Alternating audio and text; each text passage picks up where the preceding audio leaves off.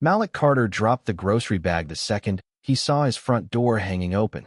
Oranges rolled silently across the rain-soaked porch. One disappeared through shattered glass near the doorway. Malik didn't move, didn't curse, didn't panic. He just stood there beneath the flickering porch light while rain drifted softly through the broken front windows of his house. Something cold settled behind his eyes immediately. Not fear, recognition. The neighborhood around him stayed unusually quiet for a Friday night. Too quiet. Down the street, somebody quickly closed blinds after noticing him standing there. Watching. Always watching. Rain tapped steadily against parked cars while distant bass from a passing vehicle vibrated faintly through the block. Malik slowly set the remaining grocery bag down beside the porch steps. Milk, bread, coffee, motor oil. Ordinary things. The kind people bought when they expected to come home to an ordinary night. Then he stepped inside. Glass cracked softly beneath his boots. The smell hit first. Spray paint, beer, wet drywall. Destruction had a scent once you'd experienced enough of it. And Malik Carter had experienced more than most men alive. The living room looked like a storm had passed through it. Furniture overturned, couch slashed open, kitchen drawers ripped out and dumped across the floor. Family photographs lay shattered beneath muddy footprints. Rainwater drifted through the broken windows in soft streaks, tapping against the hardwood floor beside pieces of broken glass. Malik said nothing. His breathing stayed slow. Controlled. That part was important, because rage made people sloppy, and sloppy got people killed.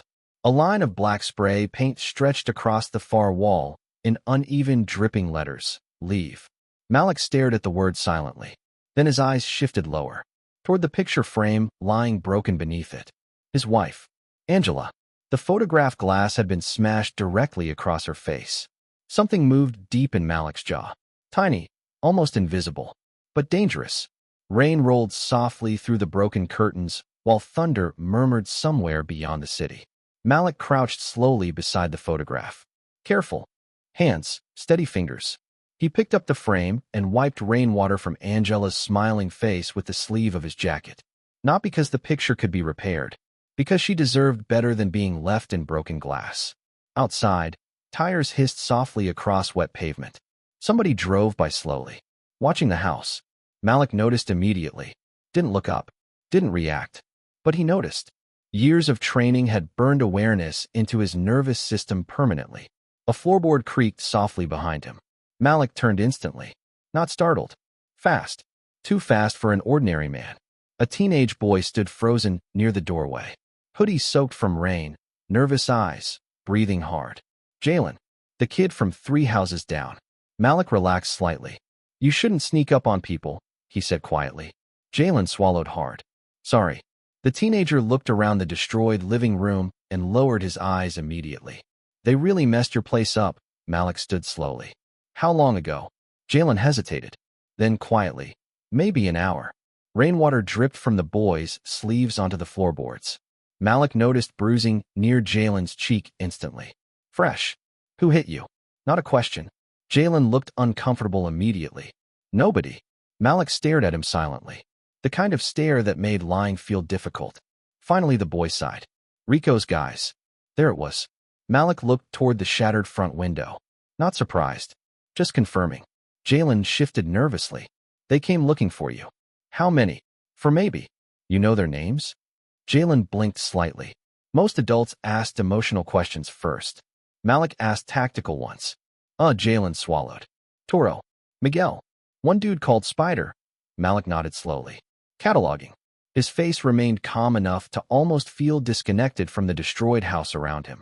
That calmness unsettled Jalen more than anger would have. You okay? The teenager asked quietly. Malik looked around the ruined living room. The broken frames, destroyed furniture, Angela's photograph still in his hand. Then softly answered, no. Silence. Real silence. Rain tapping through broken glass. Distant traffic. A refrigerator humming. Crookedly from the damaged kitchen. Jalen rubbed nervously at the bruise near his face. They said you were disrespecting Rico. Malik finally looked toward him fully. How? You didn't pay. The sentence hung in the room. Extortion. Neighborhood tax. Protection money. Same poison, different streets. Malik set the damaged photograph carefully on the table, standing sideways near the wall. I told Rico no once. Jalen stared at him. That's it. Malik nodded. The boy looked genuinely confused. Because people in this neighborhood didn't tell Rico Valles no. Not twice. Sometimes not even once. They think you're just some old mechanic, Jalen muttered quietly. For the first time since entering the house, something almost resembling humor touched Malik's face. Almost. That was their first mistake. Thunder rolled softly across the neighborhood again. Jalen looked around nervously. You should probably leave tonight. Malik walked slowly toward the kitchen. Broken dishes crunched beneath his boots. Open cabinets hung crooked from busted hinges. A knife block had been dumped across the floor. He crouched near one cabinet door, lying partially shattered beside the counter. Then paused. Something underneath the cabinet edge caught his attention. Tiny scratch marks along the floorboards. Fresh. Malik's eyes narrowed slightly. Jalen noticed immediately. What? Malik didn't answer. Instead, he calmly pulled the damaged cabinet farther aside, revealing a narrow, hidden compartment beneath the floor. Jalen blinked in confusion. What the hell? Malik stared silently at the concealed compartment for several long seconds while rain drifted through the broken windows behind him. Then slowly, he lifted the hidden panel open. And suddenly the atmosphere inside the destroyed house changed completely. Because whatever lived inside Malik Carter before tonight was no longer staying buried. Jalen stared at the hidden compartment beneath the floorboards like he'd just discovered a second house buried underneath the first one. Rain drifted softly through the shattered windows behind them while Malik Carter crouched silently beside the opening. Inside the compartment sat a long, black storage case wrapped carefully in waterproof cloth. Dust covered the edges. Old dust. The kind that settled over things untouched for years. Jalen swallowed hard. What is that? Malik didn't answer immediately. His eyes stayed fixed on the case while thunder rolled softly somewhere above the neighborhood. Then quietly. A part of my life I hoped was over. The teenager shifted uneasily. Because something about Malik's voice had changed. Still calm. But colder now. Not emotional cold. Controlled cold. Like steel cooling after fire. Malik carefully lifted the storage case from the compartment and placed it on the damaged kitchen floor. Broken glass crunched softly beneath it. The house remained eerily quiet around them except for rain tapping through broken windows and the distant bark of dogs somewhere down the block. Jalen glanced nervously toward the street outside. You really think Rico's guys are coming back? Malik unclipped one latch from the case. Yes. The answer came too quickly. Too certain. Jalen frowned. How do you know? Malik opened the second latch slowly. Because men like Rico mistake intimidation for victory. The lid opened, and suddenly the atmosphere inside the ruined kitchen shifted completely. Inside the case, neatly sealed documents, military challenge coins, a suppressed handgun locked inside foam padding, folded tactical gear, old photographs, stained slightly from age. Jalen's eyes widened instantly. What the hell? Malik ignored the gun completely at first. Instead, he picked up one photograph from the corner of the case. 5 men standing in desert sunlight beside armored vehicles. Younger version of Malik among them. Hard eyes, lean-faced, and no smile. The kind of picture people only took after surviving something terrible. Jalen stepped closer carefully. You were military? Malik looked down at the photograph for several long seconds. Then quietly, for a while. The teenager noticed scars along Malik's forearms now that his jacket sleeves had shifted slightly. Old scars, straight scars. Not street violence. Professional violence. Rainwater drifted across the broken kitchen floor in silver streaks beneath the flickering overhead light. Jalen pointed carefully toward the handgun inside the case. You gonna use that? Malik looked toward it briefly, then closed the foam compartment over the weapon again. No, Jalen blinked. But those dudes trashed your house. Malik nodded once. They did. And beat people up. Another nod. They did that too. The teenager looked genuinely confused now. Then why aren't you angry? For the first time since entering the destroyed house. Malik looked directly at him fully. And Jalen immediately wished he hadn't asked. Because the calm in Malik's face suddenly looked terrifying. Not absence of anger. Controlled anger. The kind that sat perfectly still because it already knew exactly what to do. I am angry, Malik said softly. The sentence barely rose above the sound of rain. But somehow it felt heavier than shouting. Jalen looked away first. Malik slowly removed another item from the storage case. A worn silver coin. Scratched edges. Anchor insignia. Seal challenge coin. Jalen frowned slightly. What's that?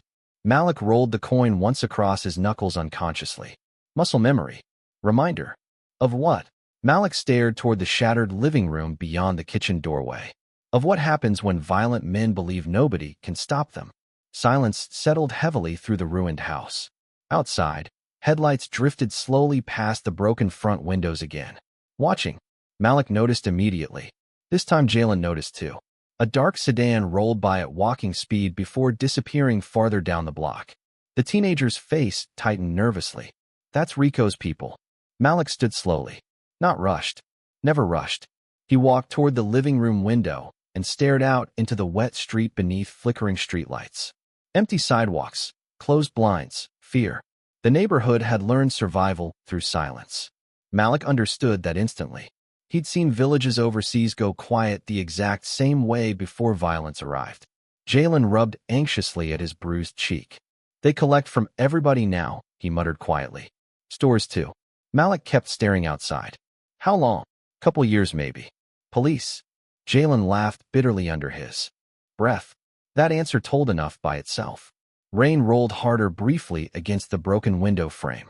Malik's eyes slowly tracked movement near the corner liquor store 3 houses down.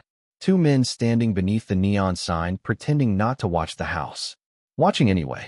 Poor posture, nervous shifting, hands buried too deep inside hoodies. Gang lookouts. Amateurs. Jalen noticed Malik studying them. You know those dudes? No, then how can you tell? Malik stayed silent a second too long, then quietly answered. They keep checking exits instead of windows. The teenager blinked. What? People looking for danger watch hands. Malik's eyes never left the street. People causing danger watch escape routes. Jalen stared at him differently after that. Like the old mechanic from down the street suddenly wasn't old anymore. Wasn't ordinary either.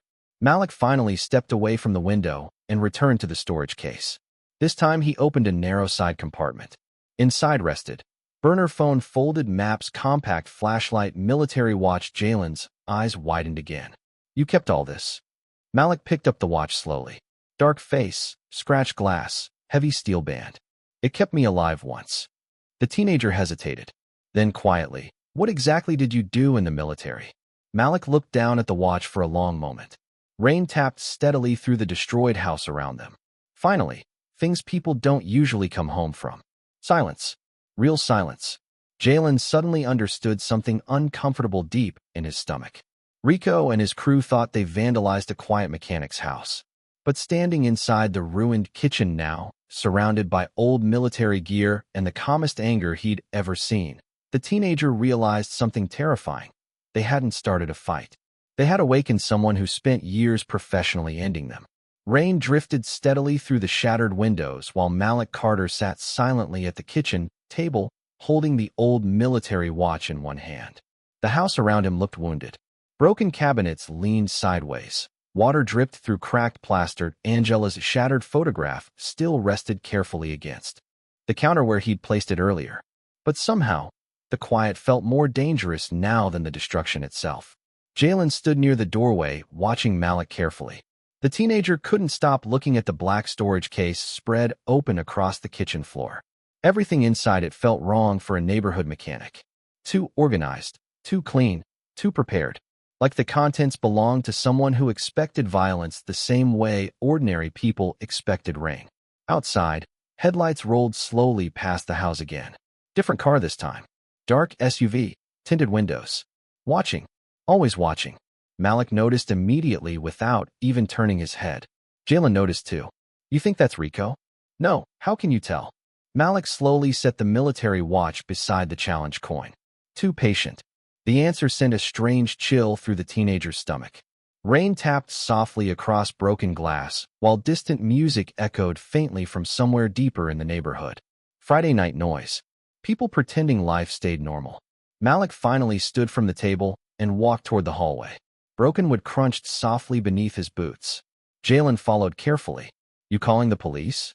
Malik stopped near the hallway closet. No, why not? Malik opened the damaged closet door slowly. Inside hung old mechanic uniforms and work jackets smelling faintly like oil and machine grease. Ordinary life. Or at least the version he tried building after the war. Then quietly. Because gangs like Rico survive when fear becomes business. Jalen frowned slightly. What's that supposed to mean? Malik removed a flashlight from the closet shelf. It means people already know who they are.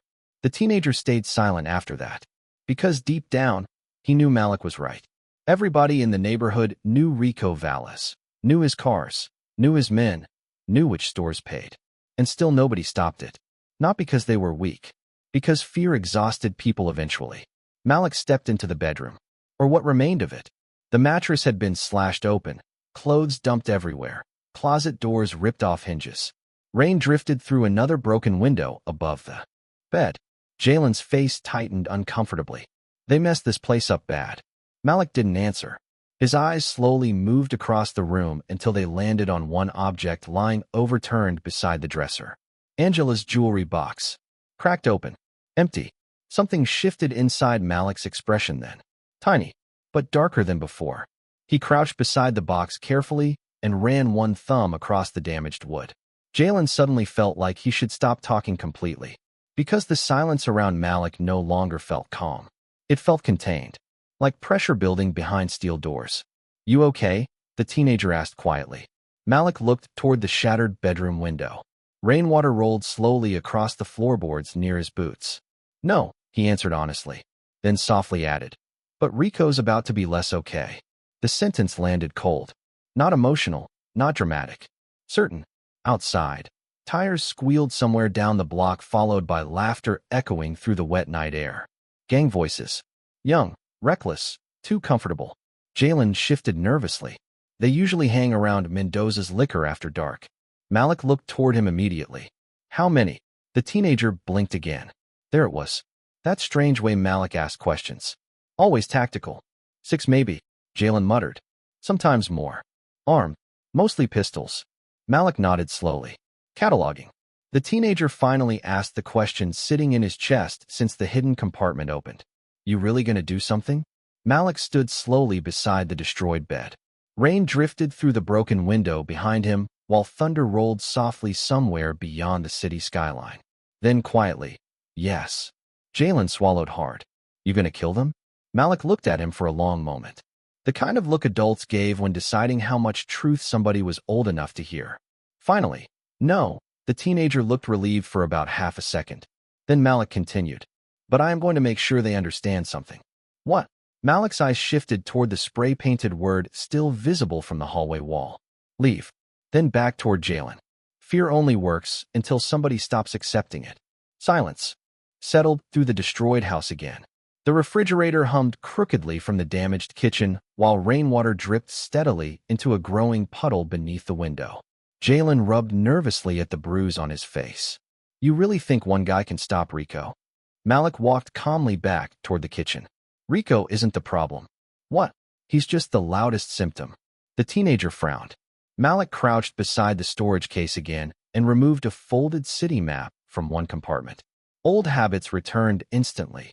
Smooth movements, steady breathing, focused eyes. Jalen watched him circle several blocks quietly with a marker. Liquor store, corner alley, vacant lot, apartment rooftop access. The teenager blinked slowly.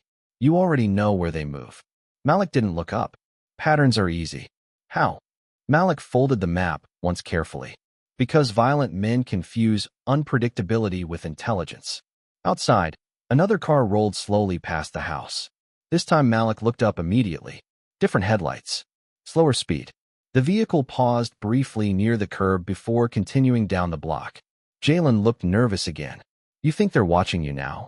Malik's expression stayed perfectly calm. They've been watching me for weeks. The teenager's stomach tightened instantly. What? Malik finally looked toward him directly. You don't destroy somebody's house first. Silence. Rain tapped softly through the broken windows while realization slowly spread across Jalen's face. This wasn't random intimidation. It was escalation, meaning something worse was coming. And suddenly the teenager understood something terrifying standing inside the ruined kitchen of Malik Carter's house. Rico Valles thought he was hunting an old mechanic. But the man quietly studying maps beneath the leaking ceiling looked far more like someone preparing a battlefield. Rain rolled steadily down the shattered windows while Malik Carter sat alone at the kitchen table, studying the folded city map beneath the weak overhead light. Jalen had finally gone home 20 minutes earlier. Not because he wanted to, because Malik told him to. Lock your doors tonight. That was all, he said. No speech, no reassurance. Just instruction. Now the house stood silent except for rainwater dripping into metal pots Malik had placed beneath the leaks in the ceiling. The destroyed living room smelled like wet drywall and spray paint. Angela's broken photograph remained carefully propped upright against the counter. Malik hadn't moved it again. Couldn't. Not yet. Outside, another vehicle rolled slowly past the house. Third time in 40 minutes. Dark sedan. No headlights for half the block. Watching, Malik noticed without looking up from the map. His pencil tapped softly against the table once. Pattern confirmed. They were nervous too. That mattered. Men acting powerful rarely watched this carefully unless they sensed something wrong. Thunder rumbled low over the neighborhood, while Malik quietly folded the map again with precise movements. Military precision. Every edge aligned perfectly. Then he stood. The old floorboards creaked softly beneath his weight as he walked toward the bedroom. Destroyed drawers hung open, clothes scattered across the floor, rain drifting through broken blinds. Malik crouched beside the bed frame slowly, reached underneath, and pulled out a second hidden compartment. Smaller this time. Inside rested passports, cash bundles sealed in plastic, burner IDs, satellite phone. Jalen had only seen the surface layer earlier. This was something else entirely. Malik picked up the satellite phone and stared at it for several long seconds. Old memories moved behind his eyes then. Dust storms, rotor blades, night vision glow, gunfire. A different life. A violent one. He slowly placed the phone back. No, not yet. Rain tapped steadily against the broken bedroom window while headlights flashed briefly across the wall outside. Another slow drive-by. Malik finally walked toward the front porch. The neighborhood looked washed hollow beneath the storm. Streetlights flickered weakly. Power lines buzzed overhead. Most homes stayed dark. People here learned survival through invisibility. He understood that immediately. Because overseas, entire villages survive the same way. A group of teenagers laughed somewhere near Mendoza's liquor down the block. Too loud, too careless. Gang confidence. Malik leaned lightly against the damaged porch railing and watched the street silently. Then his eyes shifted toward the roofline across the road. Small movement. Barely there. Someone observing from elevation. Not Rico's people. Too disciplined. Interesting. Malik's expression changed slightly. The watcher realized he'd been spotted almost instantly and disappeared backward into darkness. Professional. Not gang. That changed things. A soft engine rumble pulled Malik's attention back toward the street. Black Charger. Slow approach. Music low, windows tinted. The car stopped directly in front of his destroyed house. For men inside. Young. Armed. Trying hard to look fearless. Malik stayed perfectly still on the porch. One of the passengers rolled down his window halfway. Gold teeth flashed beneath the streetlight. Yo, old man, the guy called out. Malik said nothing. The passenger smirked. Heard you had a rough night. Laughter inside the car. Manufactured laughter. Men trying to convince themselves they controlled the moment. Malik recognized that too. The passenger pointed toward the spray-painted wall visible through the broken window. You get the message? Rain drifted softly between them. Malik's voice stayed calm. Yes. The guy grinned wider. So what you gonna do? Silence. The Charger idled loudly beneath the streetlight, while water hissed beneath the tires. Malik looked at each face inside the vehicle slowly. Cataloging. Driver. Nervous eyes keeps checking mirrors, backseat left. Tattoo under jaw, poor triggered, disciplined passenger. Leader posture, fake confidence. Then Malik quietly answered. I'm going to give Rico one chance. The laughter stopped immediately. Not because he raised his voice. Because something inside the sentence felt wrong. Cold. The passenger narrowed his eyes. One chance for what? Malik stepped one pace off the porch into the rain. The movement alone changed the atmosphere. Not aggressive. Intentional. Tell him to leave this neighborhood. Silence. Then louder laughter exploded from inside the Charger. Real laughter this time. Disbelief. The passenger shook his head. You think you scary or something? Malik stared at him calmly through the rain. No, that answer unsettled them more than threats would have. Because dangerous men usually tried proving danger. This man didn't seem interested. The passenger's smile faded slightly. You should be careful talking like that. Malik's eyes never moved from his. You should be careful coming back. Silence. Pure silence. Rain tapping against the hood. Engine rumbling low. Distant siren somewhere downtown. The passenger looked toward the others briefly. Uncertain now. Because something about Malik Carter felt deeply wrong for a frightened victim. No panic. No bargaining. No anger. Just calm. And calm men terrified predators once instincts started working properly. Finally, the passenger scoffed and rolled the window back up. The Charger peeled away hard from the curb, tires spraying rainwater across the street as music blasted louder down the block. Malik watched the taillights disappear into darkness, then quietly looked toward the rooftop across the street again. The hidden observer had returned, watching him carefully now. Interesting. Very interesting. Malik stepped back inside the destroyed house and closed the damaged front door as much as the broken frame allowed. Then he walked calmly toward the kitchen table again. The storage case remained open beneath the leaking ceiling. This time, he opened the foam compartment containing the suppressed handgun. Rain tapped softly through broken glass while Malik checked the weapon with smooth mechanical precision. Not excitement. Familiarity. The terrifying kind. Because nothing about his movements looked emotional. They looked practiced. Automatic. Like violence was simply another language his body still remembered fluently. Then Malik paused suddenly. His eyes lifted toward the dark hallway. Listening. The house had changed sound. Tiny shift. Almost nothing. But enough. Someone was inside. Malik Carter slowly set the suppressed handgun down on the kitchen table. Rain tapped steadily through the shattered windows while the ruined house settled into silence around him. But the sound had changed. Tiny difference. Most people wouldn't notice it. Malik did. Because years ago men trained him to hear danger before seeing it. A floorboard creaked softly somewhere near the hallway. Not old house settling. Weight distribution. Human. Malik's eyes lifted toward the darkness beyond the kitchen doorway. His breathing stayed perfectly even. That part mattered. Fear narrowed vision. Calm widened it. Another tiny sound. Fabric brushing drywall. Whoever entered the house was trying hard not to be heard. Trying. Not succeeding. Malik slowly reached toward the flashlight lying beside the open storage case. Didn't grab the gun. Interesting thing about truly dangerous men. They didn't rush toward violence first. They rushed toward information.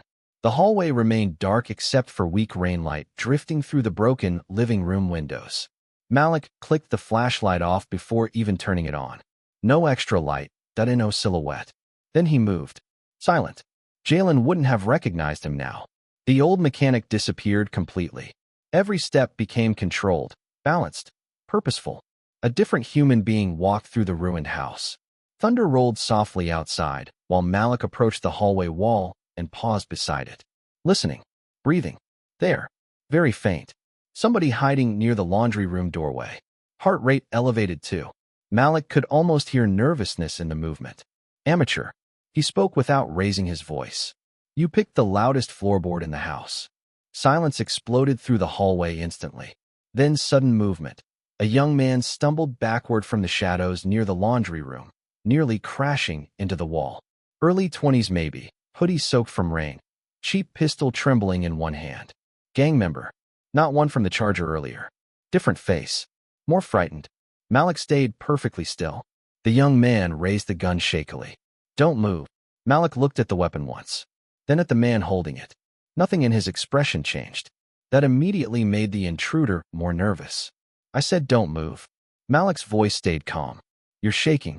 The young man swallowed hard. Rainwater dripped from his hoodie sleeves onto the hallway floor. You think this funny? No, Malik tilted his head slightly. I think you're scared. The sentence landed hard. Because it was true. The kid's hands trembled worse after hearing it. Outside, rain hissed softly against the porch while distant bass echoed faintly down the block. The young man tried raising the pistol higher. Failed slightly. Poor grip. Finger too tight on trigger. No control. Malik cataloged everything automatically. You with Rico? He asked quietly. The kid hesitated. Too long. Answer enough. You ain't supposed to still be here, the guy muttered. Malik almost smiled at that. This is my house. Silence. The kid glanced nervously toward the broken front windows. Checking escape paths. Again, amateur. You should have left, he muttered. Malik's eyes stayed locked on him calmly. You keep repeating things other men told you. That hit something. The young man's jaw tightened instantly. You think you tough cause you old? No. Malik took one slow step forward. The pistol jerked upward immediately. I said stop. Malik stopped. Not intimidated. Assessing. Rain rolled harder briefly through the broken windows, while thunder cracked somewhere deeper across the city. The kid's breathing sounded panicked now. Wrong man for this job. Malik realized that immediately. Rico didn't send a killer.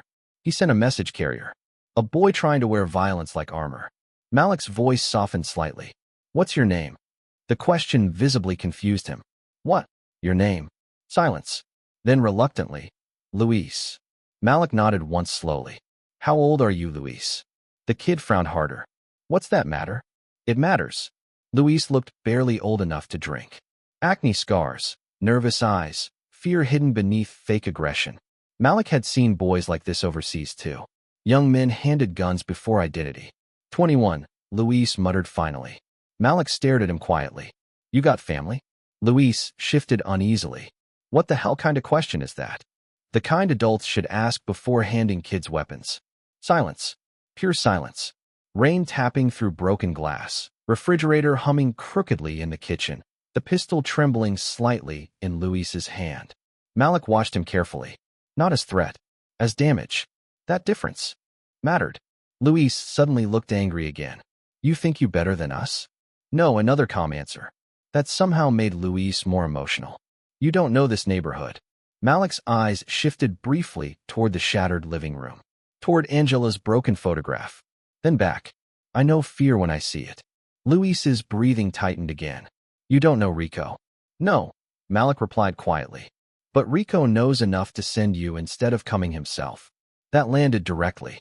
Luis looked away for half a second. And that half second told Malik everything. Rico was cautious now. Good. The young man suddenly hardened his voice again. He said if you stay. Luis swallowed nervously. Things get worse. Malik stepped forward one more pace. Slow. Controlled. Luis panicked instantly and raised the pistol fully, and suddenly Malik moved. Fast. Terrifyingly fast. One sharp movement. Wrist trapped. Weapon redirected. Before Luis even understood what happened, the gun was gone from his hand, and he was slammed gently, but firmly, against the hallway wall. Not brutal. Efficient.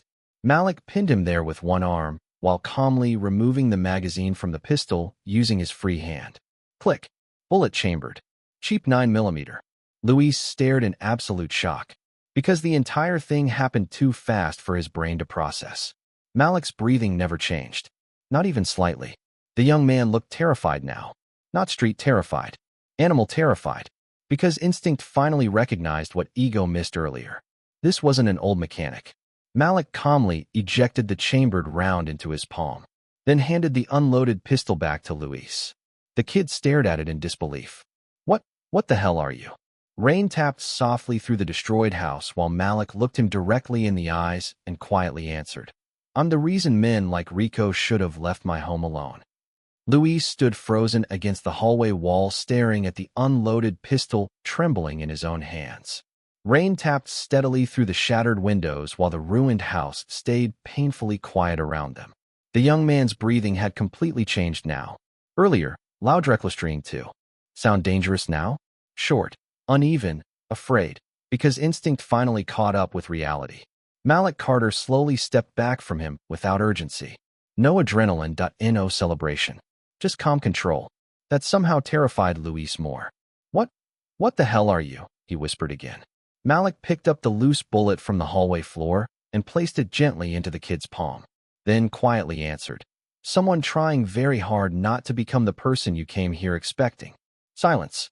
Rainwater rolled softly across broken glass in the living room while thunder murmured somewhere beyond the neighborhood. Luis stared at the bullet sitting in his hand. Then at Malik. You military or something? Malik didn't answer. Didn't need to. The silence itself became confirmation. Luis swallowed hard. Rico said you were just some old dude fixing engines. Malik walked calmly back toward the kitchen. That's because Rico only sees what makes him comfortable. The young man followed uncertainly, still gripping the unloaded pistol uselessly. The kitchen light flickered once overhead. Broken cabinet doors hung sideways beside the leaking ceiling while Malik closed the foam compartment over the handgun again. Luis noticed immediately. "You ain't even gonna use it?" Malik looked toward Angela's shattered photograph resting against the counter. Then quietly, "If I wanted Rico dead," his eyes shifted back toward Luis, "you wouldn't be standing here talking." The sentence drained color from the kid's face instantly, because deep down he believed him. Outside, another vehicle rolled slowly down the block. This time it didn't stop. News traveled fast in neighborhoods like this, and fear traveled even faster. Luis kept glancing nervously toward the front windows. "You should leave tonight," he muttered quietly. Malik almost smiled again. "Second time tonight. Tiny. Dangerous. Rico send you to warn me?" Luis hesitated. Then finally, "No, what did he send you for?" The kid looked embarrassed suddenly. "To scare you." Rain tapped softly through the broken windows while Malik leaned lightly against the kitchen counter studying him. Young, nervous, trying hard to survive inside a world. Teaching him violence was manhood. Malik had seen it before. Different countries, different languages. Same broken boys. "How long you been with Rico?" Luis shrugged awkwardly. "Couple years." "How old were you when you joined?" 19. Malik nodded once slowly. "Meaning you were still a kid." Luis looked irritated immediately. "I ain't no kid." "No," Malik replied quietly. "Now you're just somebody older men use first." Silence. The sentence landed directly. Because deep down, Luis already knew it was true. The kid suddenly looked around the destroyed kitchen awkwardly. "You really live here alone?" Malik's eyes drifted toward Angela's photograph again. For a while now, Luis followed his gaze. Saw the shattered frame. Something uncomfortable crossed his face immediately. "We didn't know about your wife." Malik stayed silent. Rain rolled harder briefly against the broken windows while thunder cracked softly overhead. Then Luis quietly muttered, "Spiders smashed most the pictures." Malik's jaw shifted once. Tiny movement, but enough. Luis noticed instantly, and suddenly understood something important. The destroyed furniture didn't matter. The broken dishes didn't matter. Angela's photographs did. Very much. The kid rubbed nervously at the back of his neck. Rico just wanted people scared. Malik looked directly at him. "That's because fear is cheaper than respect." Silence. The refrigerator hummed unevenly from the damaged kitchen, while water dripped steadily into the pots beneath the leaks. Luis slowly lowered himself onto one of the overturned chairs near the wall, exhaustion finally showing through the fake toughness. "You ain't gonna call cops on me?" "No, why?" Malik opened the fridge carefully, still running somehow.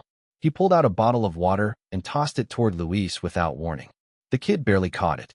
"Because prison won't fix whatever turned your neighborhood into this." Luis stared at the water bottle in confusion. Nobody talked to him like this. Not teachers, not police, definitely not men he threatened with guns. "You always this weird?" he muttered. Malik took another bottle for himself. "No," the answer came so dry it almost sounded like humor. Almost. Rain drifted softly through the broken house, while both men stood in silence for several long seconds. Then Malik quietly asked, "Rico got soldiers watching the block tonight?" Luis hesitated immediately. Wrong hesitation. Too visible. Malik noticed. "How many?" The kid sighed heavily. 3 cars rotating. "Armed?" "Yeah." "Watching me specifically?" Luis looked uncomfortable. "Mostly." Malik nodded slowly. Again, cataloging, mapping, tracking, everything inside him had already shifted into operational thinking. Luis finally frowned. "You ain't scared at all?" Malik looked toward the shattered front windows, toward the dark neighborhood beyond them, then quietly answered, "Fear keeps people alive." Luis blinked. "Then why you so calm?" Malik's expression softened slightly for the first time all night. Not warmth. Memory. "Because panic gets other people killed." The sentence settled heavily into the ruined kitchen. Luis stared at him differently now. Not like prey, not like victim, like something else entirely. Something old, dangerous. Outside, faint sirens echoed several streets away before fading again into the rain. Luis slowly stood from the chair. "I should go." Malik nodded once. The kid looked toward the unloaded pistol still in his hand awkwardly. "What about this?" "Keep it." Luis blinked. "You serious?" Malik stepped closer slowly. Not threatening. but enough to make the young man instinctively straighten. Then quietly said, "Next time somebody hands you a gun," his eyes locked onto Luis's, "ask yourself who benefits from you dying first." Silence. Real silence. Luis looked shaken now, because no one had ever framed his life that way before. As valuable, as manipulated, as expendable. The young man slowly tucked the pistol into his waistband and moved toward the front door. But before stepping out into the rain, he stopped. Then quietly asked the question now burning inside him. "What did you do in the military?" Malik looked toward the leaking ceiling for a long moment. Thunder rolled softly somewhere beyond the city skyline. Then finally, "I hunted men who thought fear made them untouchable." Luis left without another word, and standing alone inside the destroyed house once the door closed behind him, Malik Carter realized something important. Rico Valles had just made his first soldier afraid. Rain slowed to a cold drizzle after Luis finally disappeared down the block. Malik Carter stood alone inside the ruined kitchen listening to the neighborhood breathe. Distant bass from passing cars, sirens somewhere downtown, dogs barking behind chain-link fences. And underneath all of it, fear. You could hear fear in neighborhoods if you knew what to listen for. Curtains closing too quickly, cars idling too long, people speaking softer after dark. Malik had heard entire cities sound this way before violence exploded. The difference here? This was home. Rainwater dripped steadily into the metal pots beneath the leaks, while Malik slowly closed the black storage case on the kitchen floor. Not completely, just enough, because part of him already knew the night wasn't over. Outside, headlights rolled slowly across the broken windows again, then stopped. Different vehicle this time. Older Crown Victoria, unmarked. Interesting. Malik stepped carefully toward the living room without turning on additional lights. His reflection moved across shattered glass and rain-soaked floorboards while the engine outside idled quietly near the curb. Professional patience, not gang behavior. A woman stepped out. Long dark coat, hands visible, controlled posture. Detective Sarah Monroe. Malik recognized her immediately. City Gang Division. Good detective too, which meant two things. She was dangerous. She was probably frustrated all the time. Monroe stood beneath the flickering streetlight studying the destroyed house before finally walking toward the porch. Her eyes noticed everything immediately. Broken window spray, paint tire track surveillance angles, then they landed on Malik standing silently inside the doorway. "Evening," she said. Malik opened the damaged front door slightly wider. "Depends who you ask." Rain drifted softly between them while Monroe stepped onto the porch carefully. Not nervous, but alert. The detective looked around the ruined living room. Neighbors reported vandalism. That all you got?" Malik leaned lightly against the doorway. "What response were you hoping for?" Monroe almost smiled. "Almost. You always this friendly?" "No." The answer came automatically now. Dry. Controlled. Monroe noticed immediately that nothing about Malik matched ordinary victims. Most people talked too fast, looked emotional, wanted reassurance. This man looked like he was studying exits. The detective slowly stepped inside. Glass cracked beneath her boots. Her eyes moved across the room carefully until they stopped on Angela's shattered photograph resting against the counter. Something in her expression softened briefly. "Sorry about your home." Malik nodded once. No speech, no performance. Just acknowledgement. Monroe crouched beside a spray-painted wall and studied the dripping black letters. "Leave. Rico Valles?" she asked quietly. Malik didn't answer directly. "Seems likely." The detective stood again slowly. "You know, most people around here just pay him." Malik looked toward the rain outside. "Most people around here are tired." That answer sat heavily between them. Because Monroe knew it was true. The city kept pretending Rico was a gang problem. But really, he was a hopelessness problem. And hopelessness spread faster. Monroe walked farther into the kitchen area and suddenly stopped. Her eyes landed on the partially closed black storage case near the table. Tiny pause. Professional pause. Malik noticed instantly. So did she. "Military?" she asked casually. "Once." "What branch?" Malik looked toward the leaking ceiling briefly before answering. "Navy." Monroe nodded slowly. But something in her eyes sharpened now. Because Navy didn't explain the posture or the awareness or the way he tracked her hands every time she moved. This man didn't move like a mechanic. He moved like someone trained to survive rooms turning violent. The detective glanced toward the front window. You got people watching your house tonight. You know who? Yes. You worried? Malik looked genuinely thoughtful for a second. Then quietly, no, that answer unsettled her more than confidence would have. Rain tapped softly through the broken windows while Monroe studied him carefully. Then, her eyes shifted toward the hallway. Tiny scrape mark near the wall. Fresh. Signs of a recent struggle. Someone else was here, she said. Not a question. Malik stayed silent. The detective noticed the missing tension in the room too. No adrenaline smell, no panic, no chaos. Meaning, whatever happened here ended quickly. Interesting. Very interesting. Monroe slowly walked toward the hallway and noticed something near the baseboard. Single brass round. Unfired. She crouched carefully beside it, then looked back toward Malik. Mind explaining this? Malik looked toward the bullet calmly. No silence. Rainwater dripped steadily into the pots while Monroe stared at him. Then finally, you know what's weird? Malik waited. Most people whose homes get trashed look scared. Her eyes narrowed slightly. You look patient. The sentence hung in the ruined kitchen.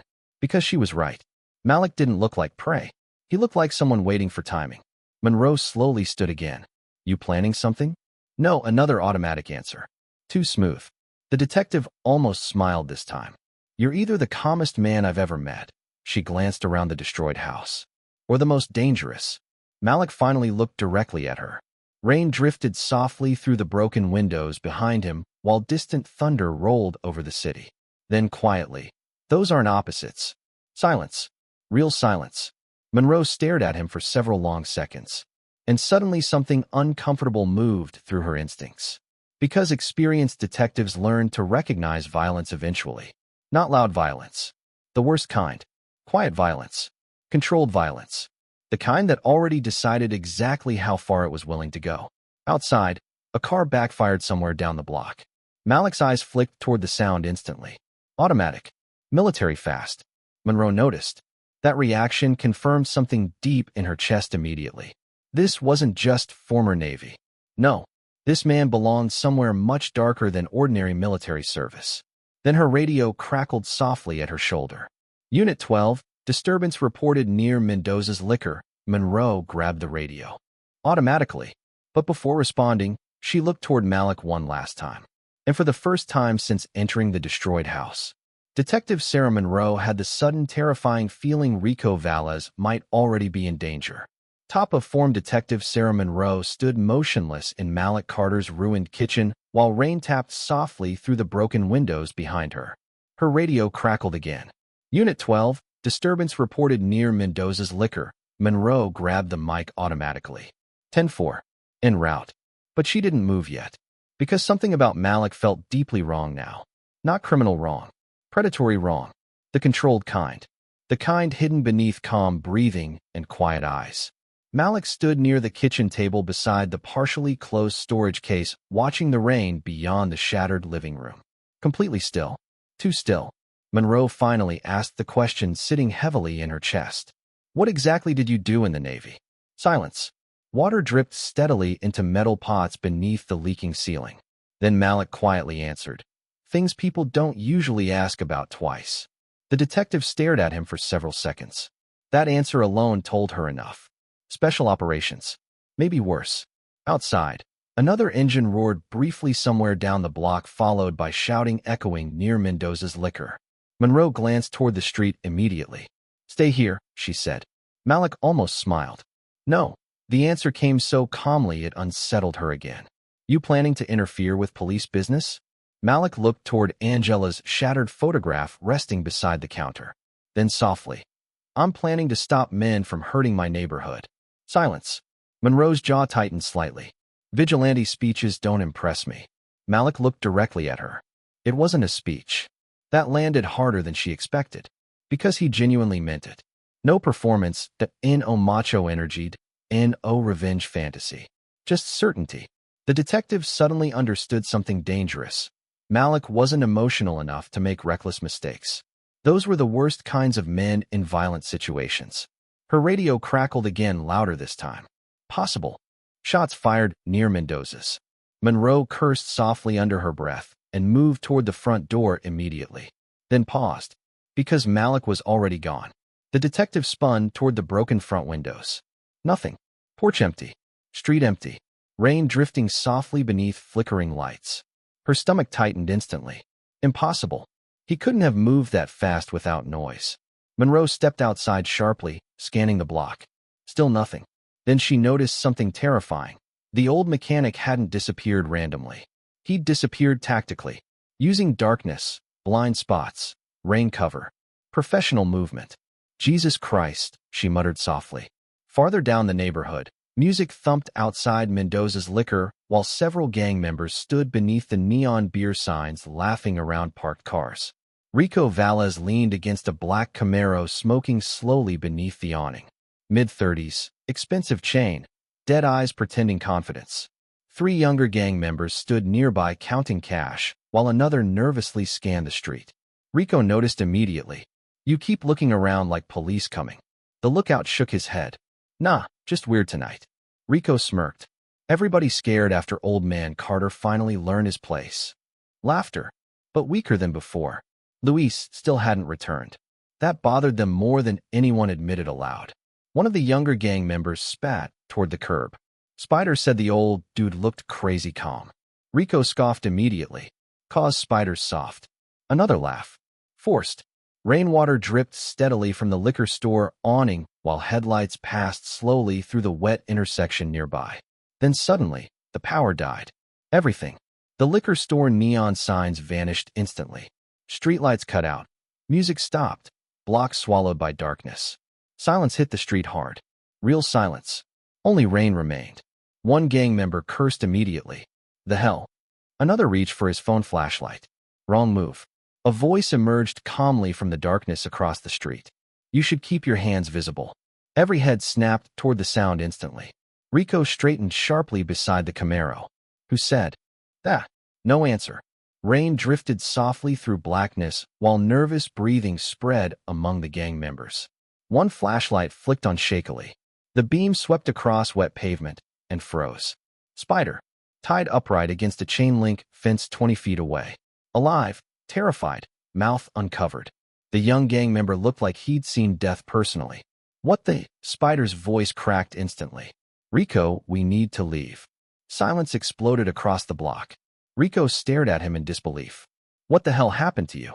Spider looked near panicked now. He ain't normal, man.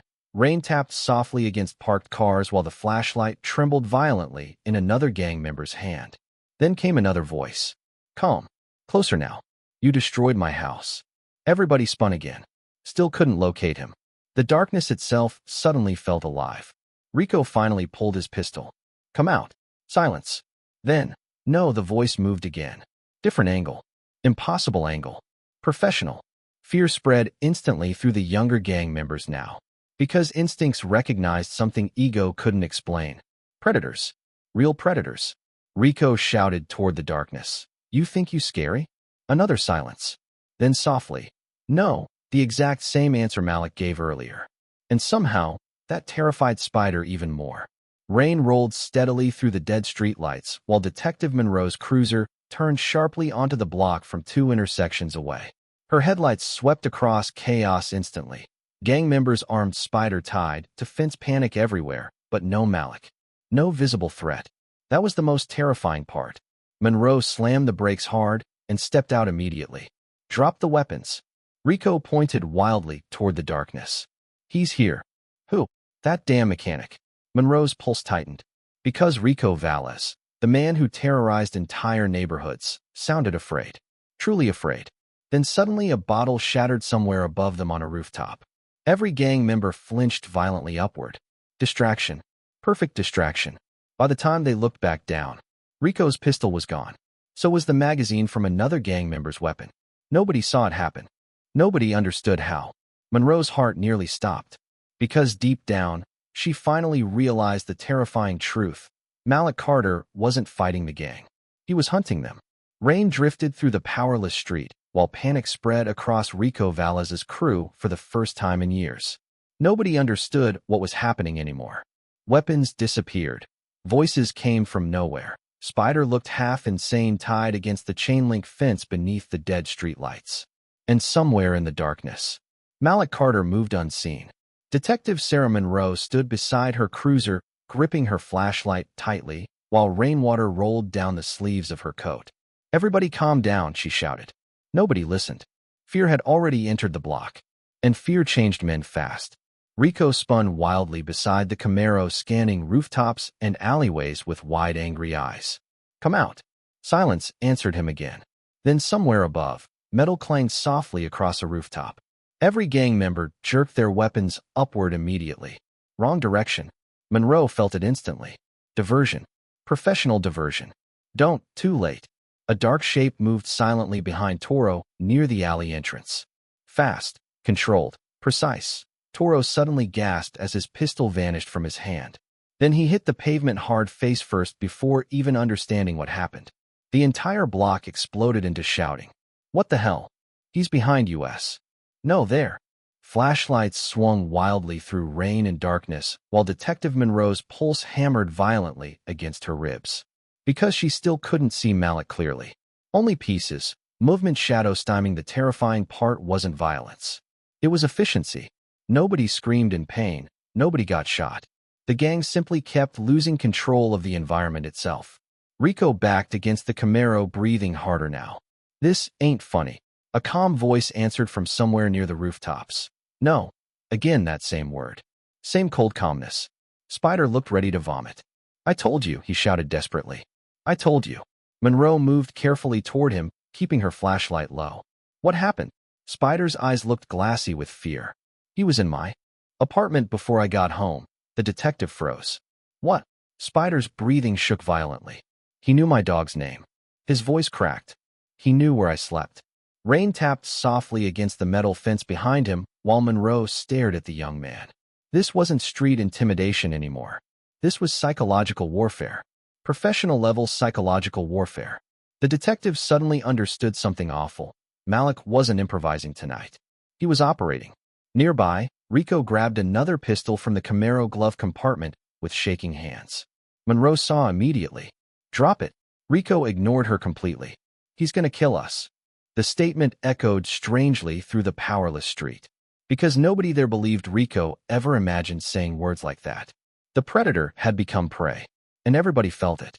A faint whistle drifted softly through the darkness then. One short note. Then silence. Spider's face lost all color instantly. "Oh God." Monroe looked toward him sharply. "What does that mean?"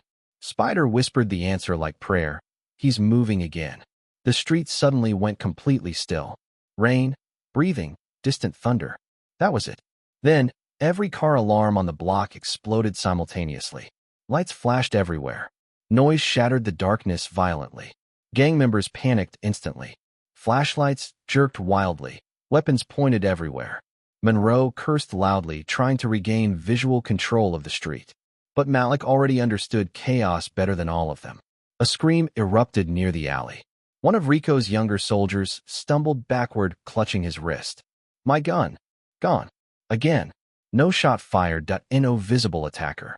Just fear spreading methodically through the crew. Monroe's instincts screamed at her now. This wasn't revenge. It was dismantling. Malik was stripping the gang psychologically before touching them physically. And it was working terrifyingly well. Rico suddenly fired blindly toward a rooftop. Gunshots cracked violently through the neighborhood. Windows lit up instantly across nearby apartments. People screamed inside buildings. Monroe drew her weapon immediately. Rico dropped the gun. But Rico looked close too. Breaking now. Rainwater streamed down his face while panic finally tore through the arrogance he'd worn all night. "He's everywhere." A calm voice answered softly from directly behind him. No. Rico spun violently. Too slow. Malik stood 3 feet away in the rain. Silent. Steady. Dark hood pulled low over calm eyes. The entire block froze. Even Monroe stopped breathing for half a second. Because now she finally saw him clearly in operational mode. No wasted movement, no emotional energy, no rage. Just terrifying calm. Rico raised the pistol instantly, and Malik trapped the weapon hand before the trigger finished moving. One sharp twist. Crack. Rico screamed as the gun hit the pavement. Then Malik shoved him hard against the Camaro hood. Not theatrical. Efficient. The entire fight lasted maybe 2 seconds. Monroe had seen SWAT officers slower than that. Rico gasped in pain, struggling uselessly while Malik pinned him there with one arm. Rainwater rolled across the black Camaro beneath flashing car alarms and distant thunder. The neighborhood watched from windows now, dozens of faces behind curtains, watching power reverse in real time. Malik leaned slightly closer toward Rico, and when he finally spoke, his voice stayed terrifyingly quiet. "You came into my home." Rico's breathing shook violently. Malik's grip tightened slightly. "You touched my wife's photographs." The gang members nearby looked completely frozen now, because suddenly they understood something deeply important. This was never about money or respect or territory. They had made something personal to a man professionally trained for violence. Monroe stepped closer carefully. "Malik." He looked toward her immediately, and the detective felt genuine fear crawl briefly through her chest. Not because he threatened her, because his eyes looked emotionally distant now, like some older version of him had returned from somewhere dark. Rain drifted softly through the dead streetlights while Rico whimpered against the Camaro hood. Then Malik quietly said something that chilled everyone listening. "You mistake fear for power." Silence. Pure silence. Malik slowly released Rico and stepped backward into the rain. Again, the gang leader collapsed hard onto the wet pavement, clutching his broken wrist. Humiliated, shaking, destroyed without a single bullet fired. And standing there beneath the storm-dark sky, Detective Sarah Monroe finally realized Rico Valles had already lost long before tonight. Because Malik Carter understood something gangs never did. The most dangerous men weren't loud. They were disciplined. Top-of-form rain drifted softly through the powerless street, while Rico Valles knelt on the wet pavement, clutching his broken wrist. Nobody laughed anymore. Nobody shouted. The entire block had gone silent except for car alarms screaming somewhere farther down the neighborhood. Malik Carter stood several feet away beneath the dead streetlights, breathing calmly through the rain. Not triumphant, not emotional, just still. That somehow terrified Rico's crew more than violence ever could. Detective Sarah Monroe slowly lowered her weapon first. Not fully, but enough. Because deep down, she already understood something important. Malik wasn't here to slaughter anybody. If he wanted bodies on the pavement, there would already be bodies on the pavement.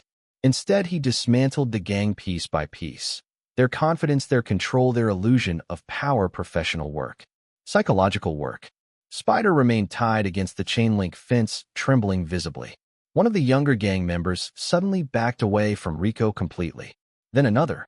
Fear was contagious now, and for the first time in years, Rico Valles looked alone. The gang leader stared up at Malik through rainwater and panic. "You broke my damn hand." Malik's expression never changed. "You broke into my home." Silence. The sentence hit harder than Rico expected, because suddenly the balance felt horrifyingly unequal. One side, property damage, threat, sextortion; the other, discipline or restraint, precision. Monroe stepped carefully between them slightly. Everybody calmed down, but nobody in the street looked at her anymore. All attention stayed fixed on Malik.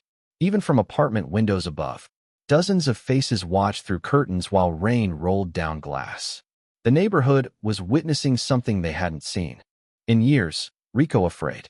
One of the younger gang members finally snapped. "Man, screw this."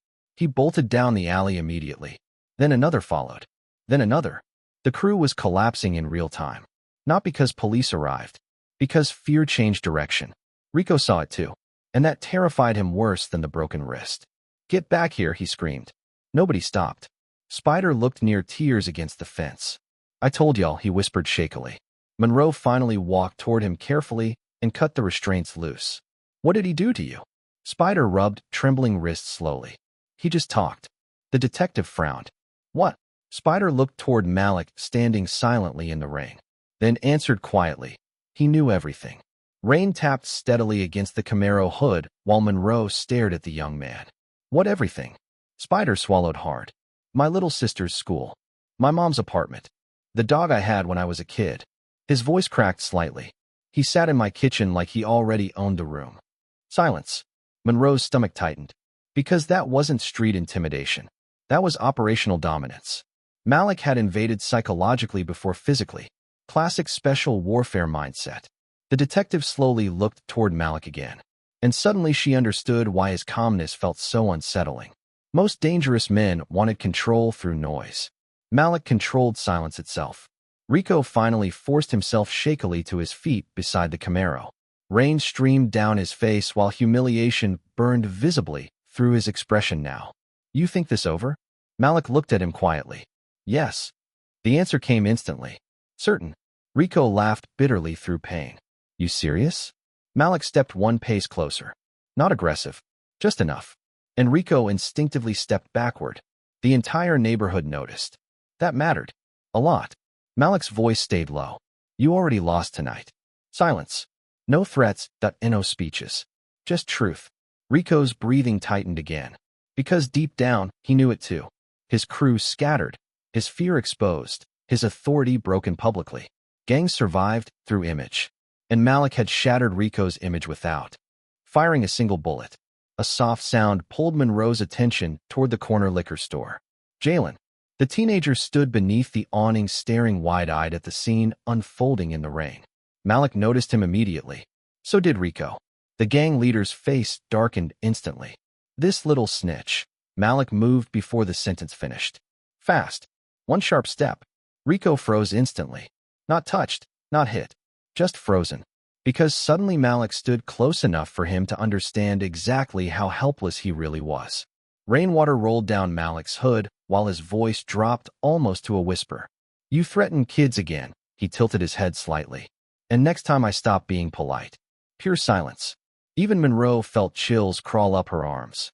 Because for the first time tonight, Malik actually sounded dangerous emotionally. Not tactical. Personal. Rico swallowed hard. And said nothing. That told everyone enough. A distant rumble rolled overhead as power finally flickered back across the block. Streetlights buzzed alive one by one. Neon signs returned. Music restarted faintly from the liquor store speakers. The neighborhood suddenly looked ordinary again. But nothing felt ordinary anymore. Monroe slowly exhaled, then quietly asked the question burning in her mind all night. What unit were you in? Malik stared toward the wet street for several seconds before answering. Dev Group. The detective's face changed instantly. Even Rico looked confused. But Monroe knew exactly what that meant. Tier 1. The kind of men governments pointed toward impossible problems. And suddenly, every impossible thing tonight made perfect sense. Spider noticed Monroe's reaction immediately. What's DevGru? The detective looked toward Malik standing calmly beneath the rain. Then quietly answered. The kind of people you pray never come looking for you. Silence settled heavily across the block. Rico's face slowly lost color. Because instinct finally understood what ego missed from the beginning. They hadn't vandalized an old mechanic's house. They had declared war on a man professionally trained to dismantle violent organizations. And standing there beneath returning streetlights and cold rain, Rico Valles realized the most terrifying part of all. Malik Carter still hadn't actually lost his temper yet.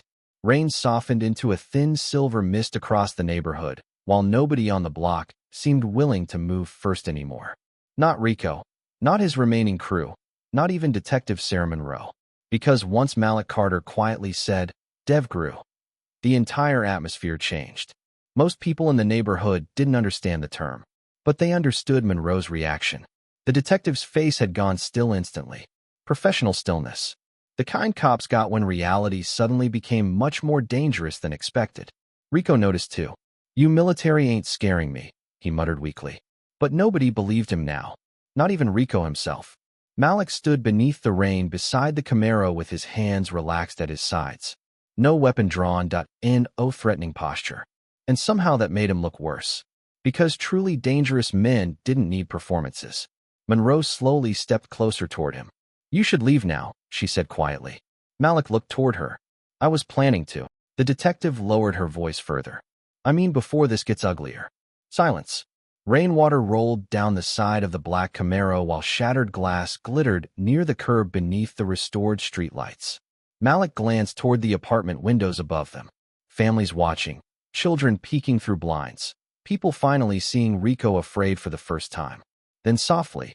It already got ugly. The sentence landed hard. Because deep down, everyone knew he wasn't talking about tonight. He meant the neighborhood, the fear, the years. Rico suddenly snapped again from the pavement. You think you won? Malik looked at him calmly. No, that answer confused everyone again. Spider frowned. Jalen blinked from beneath the liquor store awning. Even Monroe looked uncertain. Rico laughed bitterly. Then what the hell was all this? Rain drifted softly between them while Malik's eyes slowly moved across the block. The broken sidewalks, boarded windows, people hiding behind curtains. Finally, reminder. Silence. Rico sneered through pain. Reminder of what? Malik's gaze settled. Directly on him. That fear stops working once people stop kneeling to it. Nobody spoke after that. Because something invisible shifted across the neighborhood then. Tiny, but real.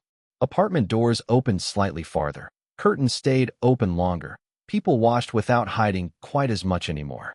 Rico noticed too, and panic flickered through him again instantly. Because gangs survived through emotional gravity. Fear pulled neighborhoods downward. But tonight, something pulled back. One of Rico's younger guys suddenly took off his chain slowly and dropped it onto the Camaro hood. I'm done, man. Rico stared at him in disbelief. What? The young man shook his head. I ain't dying over this. Then he walked away into the rain. Nobody stopped him. Spider looked shaken beside the fence. Another gang member followed. Then another. The collapse wasn't loud. That was the terrifying part. It happened quietly, like belief draining from a room. Rico looked around wildly now. You all serious? No answer. Because deep down, they finally understood the truth. Rico only looked powerful when nobody challenged him. Monroe watched it happen with growing disbelief. Years of gang investigations, raids, arrests. And somehow this quiet mechanic dismantled Rico's entire image in one night without firing a shot. That terrified her professionally. But emotionally, part of her understood why it worked. Malik never acted tougher than Rico. He acted calmer. And calm exposed insecurity faster than violence ever could. Jalen slowly stepped away from the liquor store awning and approached carefully through the drizzle. The teenager stared at Malik with wide, uncertain eyes. You really some kind of super soldier? For the first time all night, something warm almost touched Malik's face. Almost.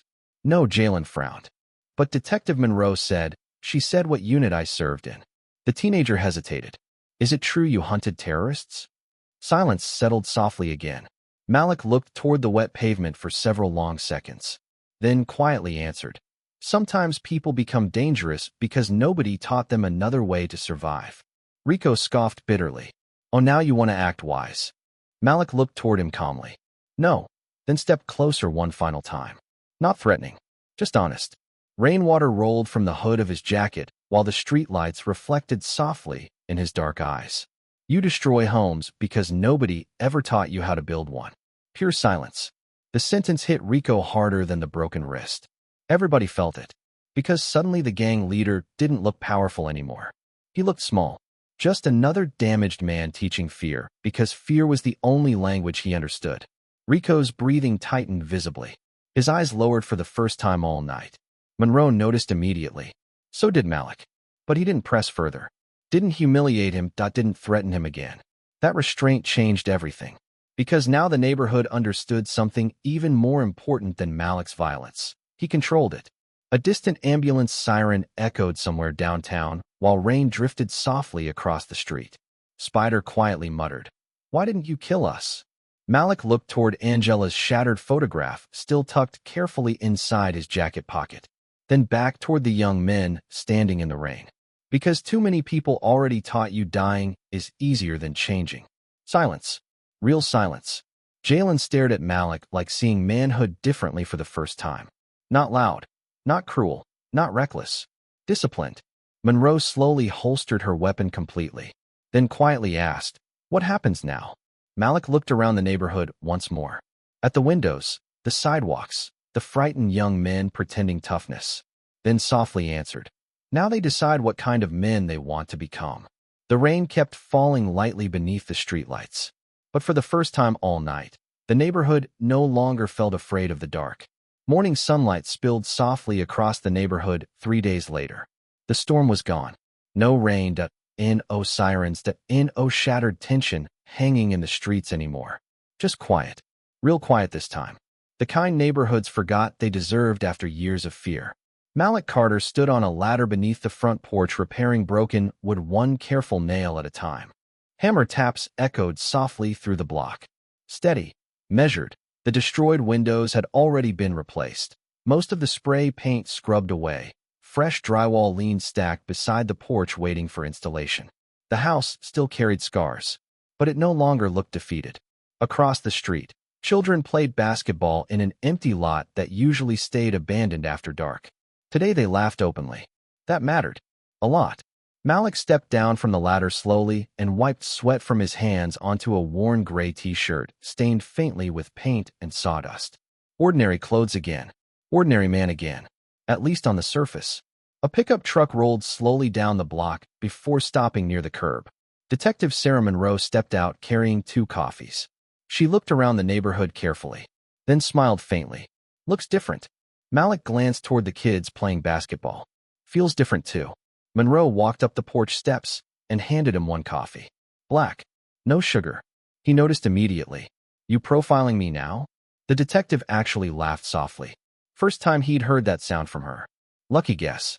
They stood quietly beneath the morning sunlight, while birds chirped somewhere above the power lines. The neighborhood looked lighter somehow. Less guarded. A few residents even nodded toward Malik openly while passing on sidewalks. Small things. But small things change communities first. Monroe leaned lightly against the repaired porch rail. Rico took a plea deal. Malik sipped his coffee once. No reaction? He looked toward the street calmly. Men like Rico usually surrender long before paperwork catches up. The detective studied him carefully again. Even in daylight, he still carried that strange stillness around him. Like violence had once shaped him permanently, but discipline refused to let it own him completely. Monroe glanced toward the repaired windows. You did all this yourself? Mostly. You sleep at all? Malik looked thoughtful for a second. Some. The detective nodded slowly. She understood enough not to push further. Across the street, Jalen made a shot from near the curb and immediately yelled. Triumphantly, while the other kids argued about whether it counted.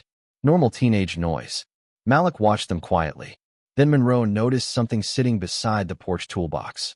Angela's photograph. Reframed now. Glass repaired. Her smile untouched again. The detective's expression softened slightly. She was beautiful. Malik's eyes settled on the photograph for several long seconds. Then quietly. She was loud. Monroe blinked. What? A tiny smile touched Malik's face. Real this time. She hated quiet restaurants. He shook his head faintly. Always said silence made people forget they were alive. The detective laughed softly again. And suddenly the old mechanic standing on the repaired porch no longer looked like a ghost from some classified war. He looked like a husband. A man who missed someone deeply.